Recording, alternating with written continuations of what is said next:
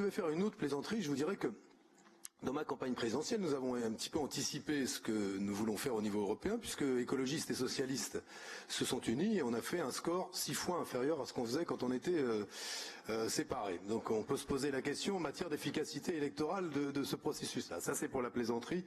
Je pense que hélas nous sommes arrivés pour toute la social-démocratie européenne au terme d'un cycle. Ce qui se passe et ce qui s'est passé en France est caractéristique de ce qui se passe et se passera ailleurs.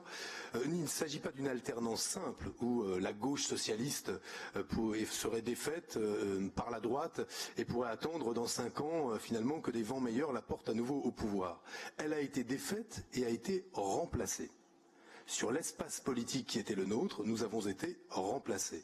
D'une part, par un projet libéral, néolibéral, porté par Emmanuel Macron et qui a agrégé une partie de l'électorat et des cadres politiques venus de la droite, mais aussi venus de la social-démocratie, les sociolibéraux qui ont choisi ce projet politique-là.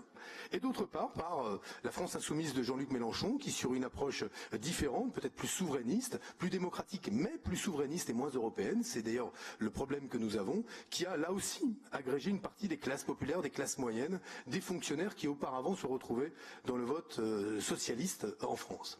Nous avons donc été remplacés. Notre espace politique s'est donc considérablement réduit et c'est ce qui doit nous amener, nous, sociodémocrates, français évidemment, mais européens, à nous interroger sur la nature de la promesse que nous faisons.